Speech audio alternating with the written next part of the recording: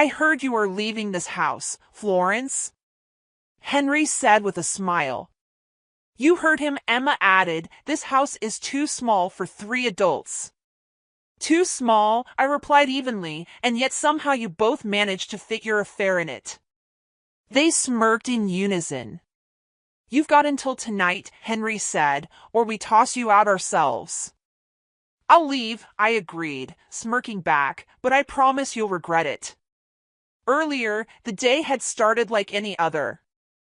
I jumped on a Zoom call, sending off designs to a client. I had just wrapped up the presentation and closed my laptop when I heard the garage door open. Henry was home early again. I sighed and went downstairs, my mind already swirling with the questions that had plagued me for weeks. What's up with you coming home in the middle of the day so often? I asked, opening the fridge to prepare lunch. Work's changed, Henry said curtly, not meeting my eyes. Taking on a new project with Emma. It's demanding. I paused, gripping a butter knife more tightly than necessary. Emma, huh? You two seem to get along well. Henry shrugged. She's ambitious. Knows what she wants. I decided that today would be different. I'd find my proof. I waited until he left for another urgent meeting and went directly to his study. I rifled through his desk drawers, my fingers trembling, until I found what I was looking for. There it was, a receipt for 2 at that swanky restaurant he claimed he could never afford to take me to, and another, a hotel receipt, room for 2, also in Emma's name. Just as I put the papers back, I heard the front door open. Henry's voice, loud and carefree, floated through the hallway. My heart raced. I barely had time to hide the evidence when they walked in. Well, look who's curious, Emma purred, leaning against the doorframe. Her presence in my home was like a cold slap to my face. What's the meaning of this? I snapped, holding up the receipts. Oh, those, Henry said nonchalantly. Emma's moving in. There's no room for you anymore, Florence. My mind swirled, emotions a chaotic storm, but I locked them down immediately. I set the receipts carefully on the desk and squared my shoulders. You both can have your fun, I said calmly, stepping forward, but let me assure you, it's going to cost you. Like we care, Emma laughed, linking arms with Henry. There's the door. I walked out without another word. The weight of the betrayal tried to anchor me down, but I wouldn't give them the satisfaction. Through sheer will, I made it up to the bedroom.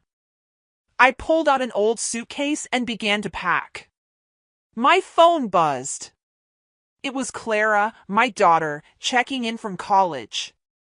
I stared at her message for a beat, tears threatening to spill. I typed back briskly, everything's fine.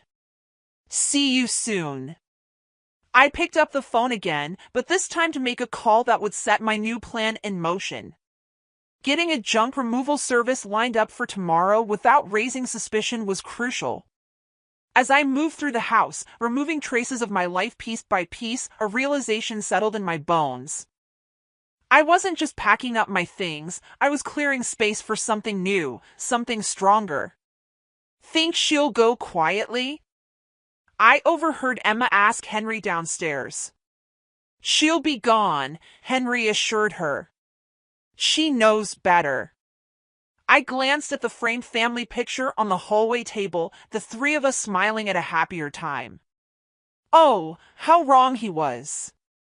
With one last look, I turned off the light and shut the door behind me, resolute.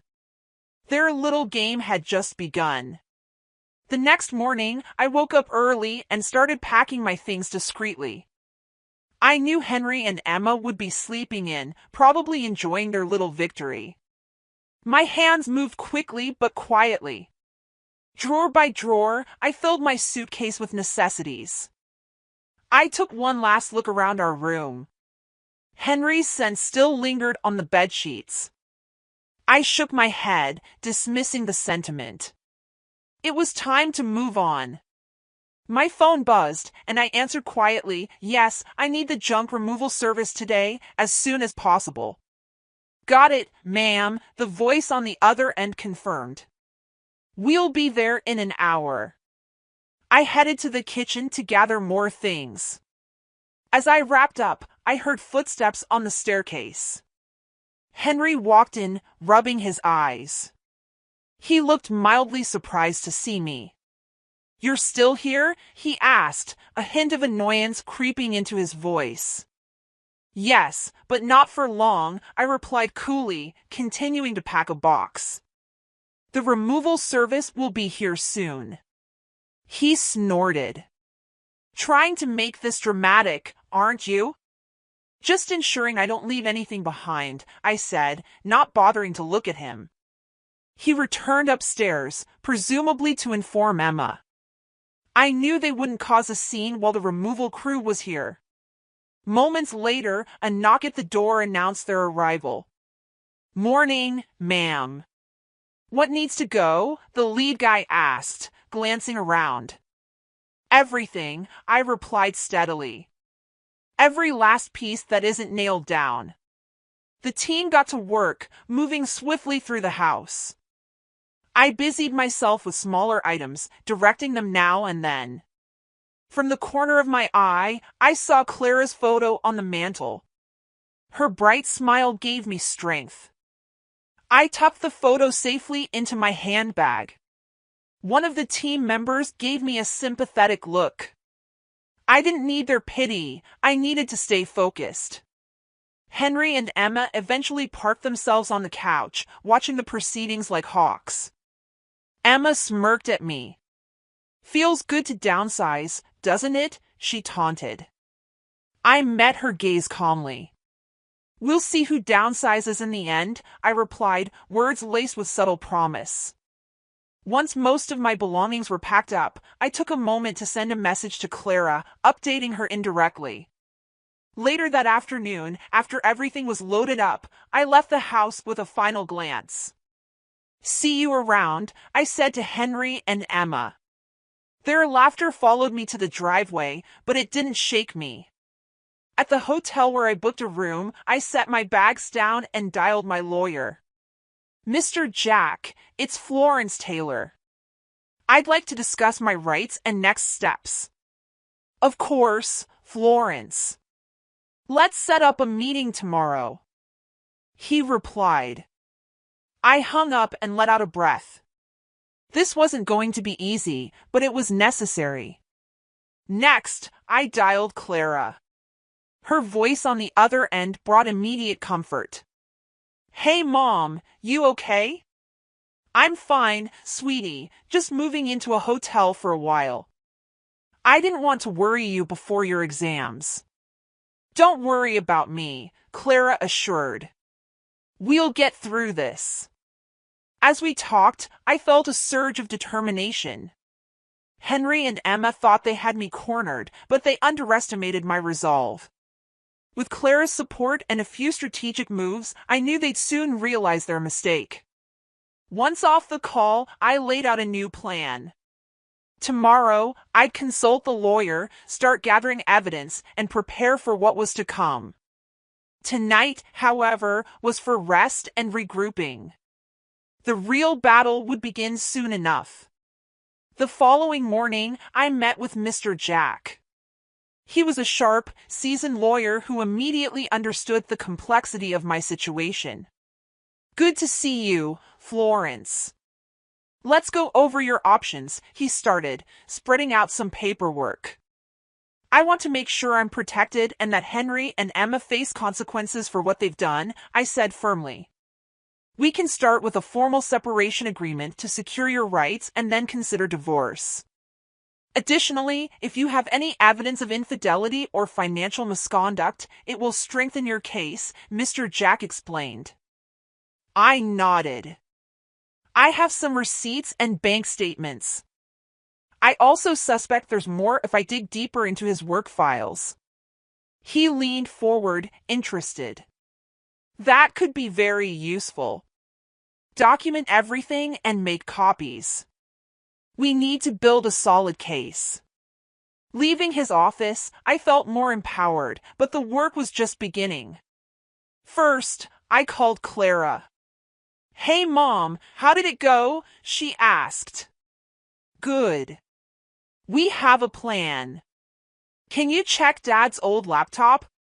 He might have left something incriminating." "Sure, I'll check tonight," Clara agreed. "Stay strong, Mom."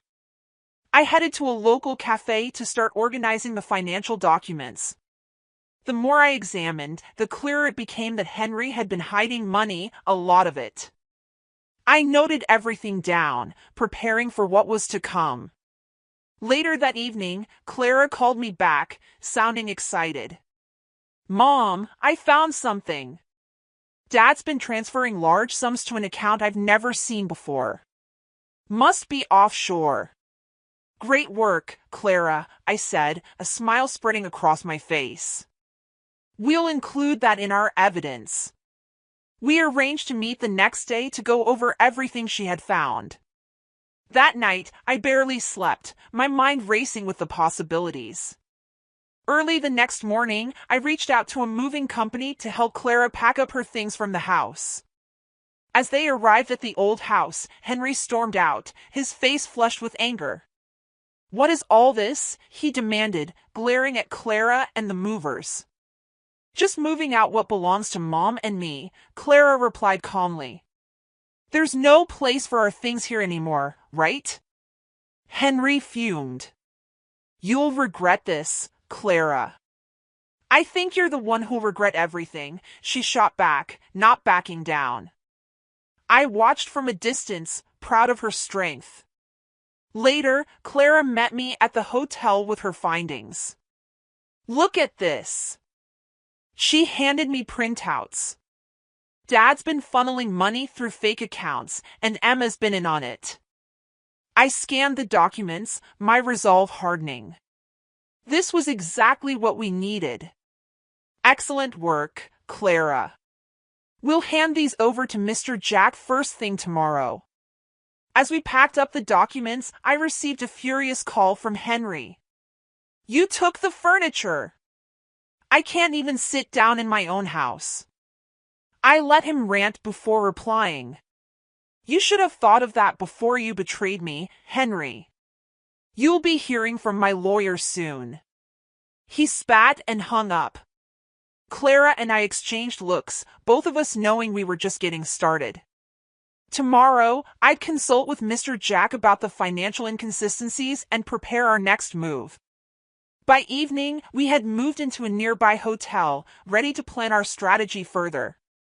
Clara stayed close, working with me to compile everything we needed.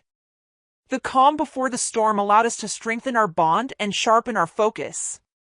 As we settled in for the night, Clara turned to me with a determined look.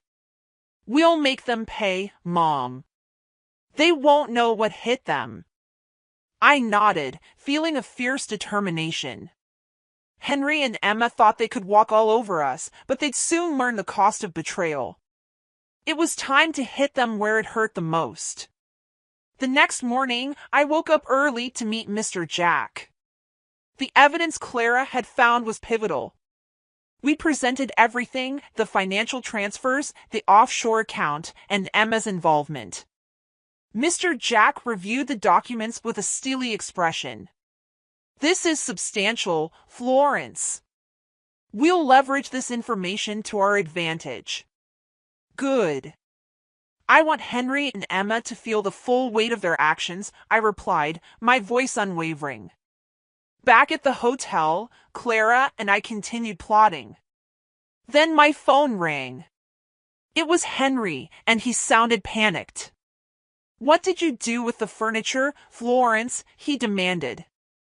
"Missing a comfy seat, Henry?" "I bet all your new girlfriends are doing just fine without it," I replied. "You know damn well we can't replace those things easily," he growled. "Maybe we can strike a deal," I said, leaning into the opportunity. "You wire $5,000 to my account, and I'll tell you where your precious chairs are." I'll think about it, he stammered before hanging up. That got him rattled, Clara noted with a grin. I nodded. It's just the beginning. We'll hit them gradually. The following days were crucial. Henry, foolishly desperate to get his things back, transferred the money, and I redirected it to cover the moving expenses. With part of the dealings in motion, I sought the next strategic strike. I called Henry again. Thought about my offer? All right, he said begrudgingly. Send them back, but this better be everything. Patience, I replied. Check your email for the address. After hanging up, I went back to compiling the last of our evidence, double-checking all the details, ready to send it off. I made an anonymous email and attached the files for Henry's boss at work. Mr. Charlie will have a field day with this, I muttered, hitting send. Within hours, chaos erupted. Henry called back, his voice frantic. Florence! My boss wants to see me. What did you do? Oh, just ensured the right people got the right information, I replied coolly. I made sure your reckless actions get the attention they deserve. You're playing with fire, he shouted. No, Henry. I'm controlling the blaze you started, I countered before ending the call. By the next morning, Mr. Charlie contacted me. He wanted to discuss the evidence and potential repercussions. I agreed to meet him at his office with Mr. Jack. As we entered the office, Mr. Charlie greeted us solemnly. Mrs. Taylor, thank you for coming. I'm disturbed by what I've reviewed. I felt it was necessary for you to know what's been happening, I affirmed. Mr. Jack laid out the details. Henry and Emma manipulated company finances and violated numerous policies. We trust you understand the gravity. Mr. Charlie nodded. We'll conduct our investigation, but this looks serious. There will be severe consequences for both parties. Leaving the office, I felt a surge of satisfaction. We were closer to delivering justice. Clara hugged me, sharing the triumph. What's our next step? She asked, eyes bright with anticipation. Now we let the dominoes fall, I said confidently, and prepare for the fallout. Later that day, I received another frantic call from Henry. What did you tell my boss? They've suspended me pending investigation. Just the truth, I answered briskly. You should have thought about the consequences. You're going to regret this, Florence, he threatened. I smiled, calm and composed. No, Henry, this is just the beginning. You'll see. Hanging up, I turned to Clara. Get ready for the next phase. We've only just begun. With our plan in motion and the stakes growing higher, I knew Henry and Emma were on the brink of facing what they had long evaded, accountability. Together, Clara and I had turned the tide, and now it was time to see how far we could go. A week later, I received an urgent call from Mr. Charlie. Mrs. Taylor, can you come into the office today? We need to discuss your findings in detail, he said. Of course. I'll be there shortly, I replied, already gathering the remaining evidence I'd planned to share. Clara decided to come with me, eager to see justice in action. As we entered the building, I felt a mix of nerves and determination. This was the tipping point. Mr. Charlie met us at the front, leading us into a conference room where a few other stern-faced executives waited. Thank you for coming, he began. We've reviewed the initial evidence, but we need further clarification. I handed over the detailed documents, financial transfers, and incriminating emails. Mr. Jack, who accompanied us, explained. Henry and Emma have been involved in fraudulent activities, transferring company funds and covering their tracks poorly. The offshore accounts are just the beginning. One executive shook his head. This is beyond unacceptable. Rest assured, Mrs. Taylor, there will be severe repercussions. Clara leaned in, whispering, they won't get away with this. As we laid out the final pieces, the executives grew more animated. This has far-reaching implications, Mr. Charlie said. We need to suspend Henry and Emma immediately and launch a full investigation. Leaving the office, I felt a heavy weight lift. We were finally turning the tide. Later that afternoon, Henry called, desperate. They suspended me, Florence. They're investigating everything. You need to fix this, he pleaded. I won't fix your mess, Henry, I replied coldly. You brought this on yourself. Emma was on the line minutes later. You treacherous, do you know what you've done? Yes, Emma. I made sure you face the consequences of your actions, I said calmly. You'll regret this, she threatened before hanging up. Clara and I spent the rest of the day finalizing our legal steps, ensuring our case was airtight. The next morning, news broke about Henry and Emma's suspension. Their dirty laundry was now public, and the fallout was immediate. We went to the office one more time to finalize our statements. Henry and Emma were there, looking defeated. Henry tried one last-ditch effort. Florence, let's talk this through. We can find a way to settle this quietly, he said, attempting to sound reasonable. I shook my head. There's no quiet way out of this, Henry. You've lost all respect and integrity. Mr. Charlie stepped in. Mr. Taylor, Miss Phillips, the evidence is insurmountable. The company is pressing charges, and there will be civil suits as well. Henry turned on Emma, desperation in his eyes. This is all your fault. You pushed for this. Me? You were in it up to your neck, Emma shot back, her voice shrill. Their bickering filled the room, each trying to deflect blame. It was a symphony of desperation and guilt. Finally, I faced them both. You both underestimated me, thinking I'd just disappear quietly. But you gave me the fire I needed. Leaving that office, I felt Clara's hand in mine, both of us stronger and united. We had faced them down and come out victorious. That night, we celebrated quietly, knowing the battle wasn't fully over but recognizing the milestone we had reached. Over dinner, Clara looked at me, her eyes shining with admiration. You did it, Mom. You stood your ground, and they paid for it. We did it, I corrected, raising my glass. Together. From that day forward, our focus shifted to rebuilding our lives and our home. Henry and Emma's fight for legal survival would continue, but we had already won the greatest victory, reclaiming our dignity and strength. Henry and Emma were summoned to the company's headquarters the next day. Word of their misdemeanors had spread, and the atmosphere was thick with tension. I decided to witness the spectacle in person. Clara came with me, both of us blending into the background of the bustling corporate environment. We watched as Henry and Emma were escorted into a large conference room where Mr. Charlie and several other executives awaited them. The room fell silent as the door shut behind us. Mr. Charlie stood, a stack of papers in his hand. Henry, Emma, the evidence against you is overwhelming. Embezzlement, fraud, and misappropriation of funds. We've begun a full audit, and the preliminary findings are damning. Henry's face flushed. This is absurd.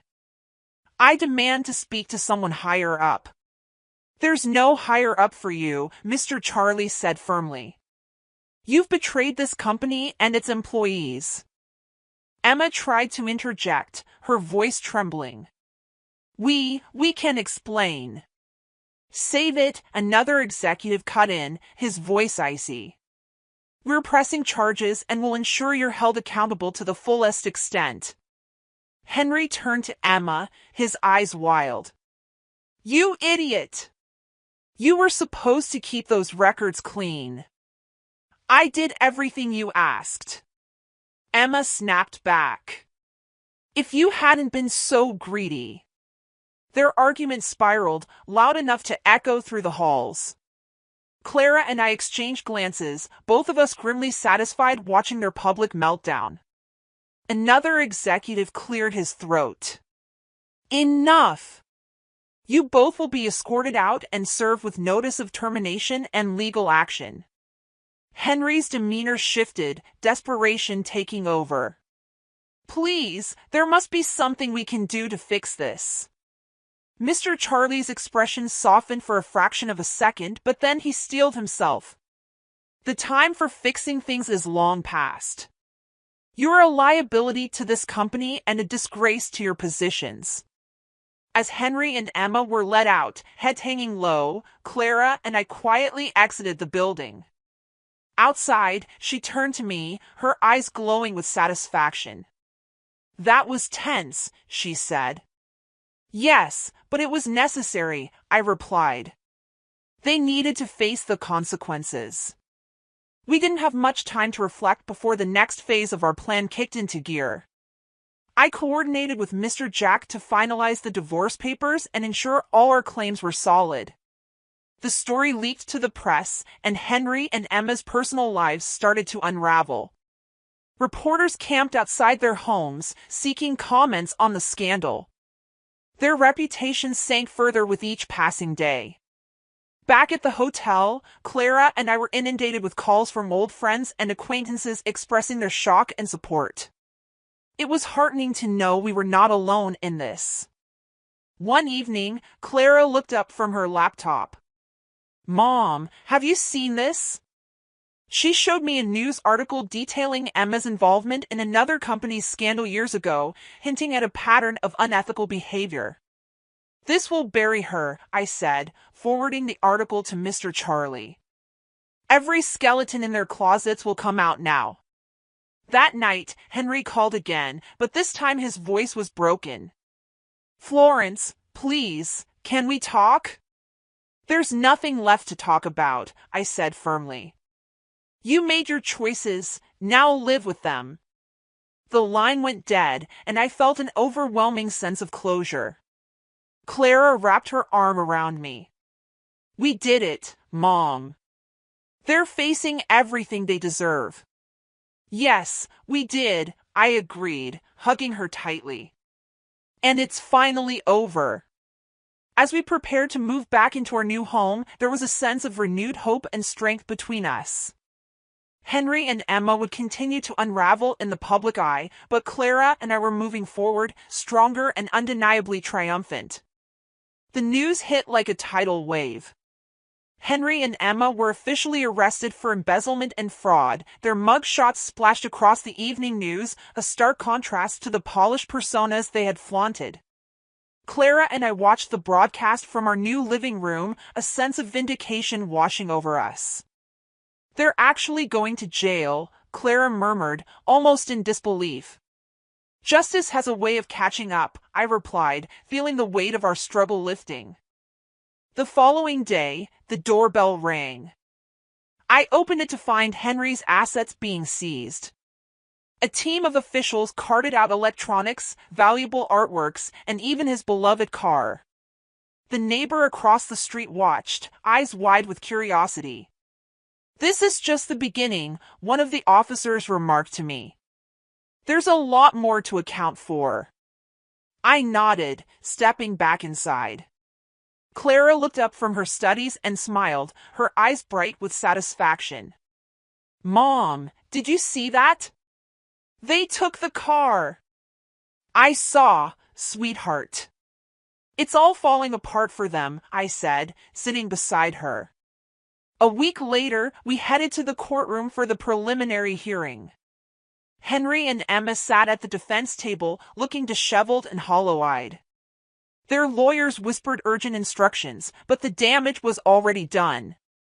Mr. Jack sat beside me, exuding calm confidence. This will be swift. They don't have a leg to stand on, he assured me. The judge read out the charges, detailing every egregious crime. As the list grew longer, Henry fidgeted, shooting desperate glances at Emma. Clara squeezed my hand, offering silent support. The prosecutor presented our evidence, each piece more damning than the last. When they showed the financial transfers to the offshore account, the courtroom buzzed with disbelief. Henry finally broke. It was all Emma's idea, he shouted, pointing a trembling finger. She orchestrated everything. Liar! You told me to do it!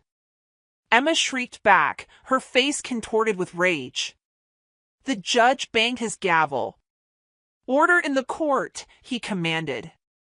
Turning to address both, he said, Your actions have consequences. Prepare for the full force of the law. Leaving the courthouse, Clara and I felt an incredible sense of liberation. This was the turning point, their reality of facing the repercussions of their heinous actions. In the ensuing weeks, Henry and Emma were convicted, their sentences making headlines. The once powerful duo was now the cautionary tale of our community. Clara and I focused on rebuilding our lives. The house felt lighter, filled with new memories and hopes. One evening over dinner, Clara looked at me with a contented smile. We've come a long way, Mom. I'm proud of us, she said. I'm proud of you too, Clara. You've been my rock through all this, I replied, my heart swelling with gratitude. As our lives began to stabilize, I received a surprising message from an old college friend who had heard about my ordeal. She invited me for coffee. It had been years since I'd seen her, and the idea of reconnecting felt like a new beginning. The cafe meeting was delightful. We laughed, reminisced, and for the first time in a long while, I felt the joy of genuine friendship without the shadow of betrayal over us. Returning home, Clara greeted me warmly. How was it? Wonderful, I said, hugging her. We're finally moving forward. Henry and Emma's trials were nearing their end, and the severe sentences they received cemented their fates as examples of consequences catching up with reckless actions. Watching the news report, Clara whispered they got what they deserved. Yes, they did, and we got our peace back, I affirmed without regret. As we looked ahead, our bond stronger than ever, a sense of complete closure enveloped us. The storm had passed, leaving us with clear skies and the promise of brighter days. With Henry and Emma behind bars, life took on a new rhythm. Clara and I settled comfortably into our new home. Mornings were no longer filled with dread, but with the promise of new beginnings. I found solace in my work as a graphic designer, delving into projects with renewed enthusiasm. One sunny morning, as I sipped coffee on the porch, Clara joined me with her laptop. Mom, I've been thinking. How about we start a small business together? We could combine our skills, your design expertise, and my marketing knowledge. I looked at her, surprised but excited. That's a great idea, Clara. We could create something meaningful, something ours. She beamed. Let's brainstorm tonight. I have so many ideas. That evening turned into a planning session filled with laughter and creativity. We mapped out our venture, imagining a future untainted by past betrayals. The name we chose, Resilient Designs, felt appropriate, encapsulating our journey and newfound strength. Days turned to weeks, and our vision slowly materialized. We launched our business, received our first clients, and felt a growing sense of accomplishment. Every new project was a step forward, a testament to our resilience. But one evening, a familiar name flashed on my phone. Picking it up, I heard an all-too-familiar panicked voice. Florence, Emma sobbed. Please, you have to help me. What do you think you're doing calling me? I replied, anger bubbling. Please, I'm scared. Henry's manipulating everyone, turning everyone against me, she cried. I took a deep breath, reminding myself how deep her betrayals ran. You made your choices, Emma. Now live with the consequences. She begged and pleaded, but my resolve remained firm. Ending the call, I felt a weight lift. Clara walked in, sensing the tension. Who was that? She asked. Emma, I said simply, and I let her know she's on her own. She needs to face the reality she created. Clara nodded, hugging me. Good. She deserves it. Our business continued to grow, each success a reminder of how far we had come. We balanced work and life, cherishing the moments we spent together. One afternoon, in between client meetings, Clara brought up a topic I hadn't considered in years. Mom, have you thought about dating again? She asked gently. I laughed. Not really. It's been a long time. But who knows, maybe someday. Clara smiled. You deserve happiness, Mom. Don't close off the possibility. Her words stayed with me. A few weeks later, I decided to take a small step forward. I reconnected with the old college friend I had coffee with and found joy in our newfound friendship. Slowly, the idea of dating began to feel less daunting. One evening, Clara set up an online profile for me, giggling as she chose pictures. Trust me, Mom. You're going to have a great time. Reluctantly, I agreed. Soon, messages trickled in, and I found myself laughing at silly conversations with strangers who might become friends or more. As my life expanded, so did Resilient Designs. We hired a small team, moved into a cozy little office, and watched our dreams flourish. Our clients appreciated our work, often commenting on the passion and love we brought to each project. One day, as Clara and I closed up the office, she turned to me, her eyes filled with pride. Mom, we did it. We really turned everything around. Yes, we did, I said, embracing her. And the best part is we did it together. Walking home, we felt a deep sense of contentment. The shadows of the past had faded, replaced by the light of our new beginnings. Henry and Emma's trials concluded with devastating sentences for both, their names forever tarnished. We had not only reclaimed our lives but redefined them. Each step forward was a testament to our strength.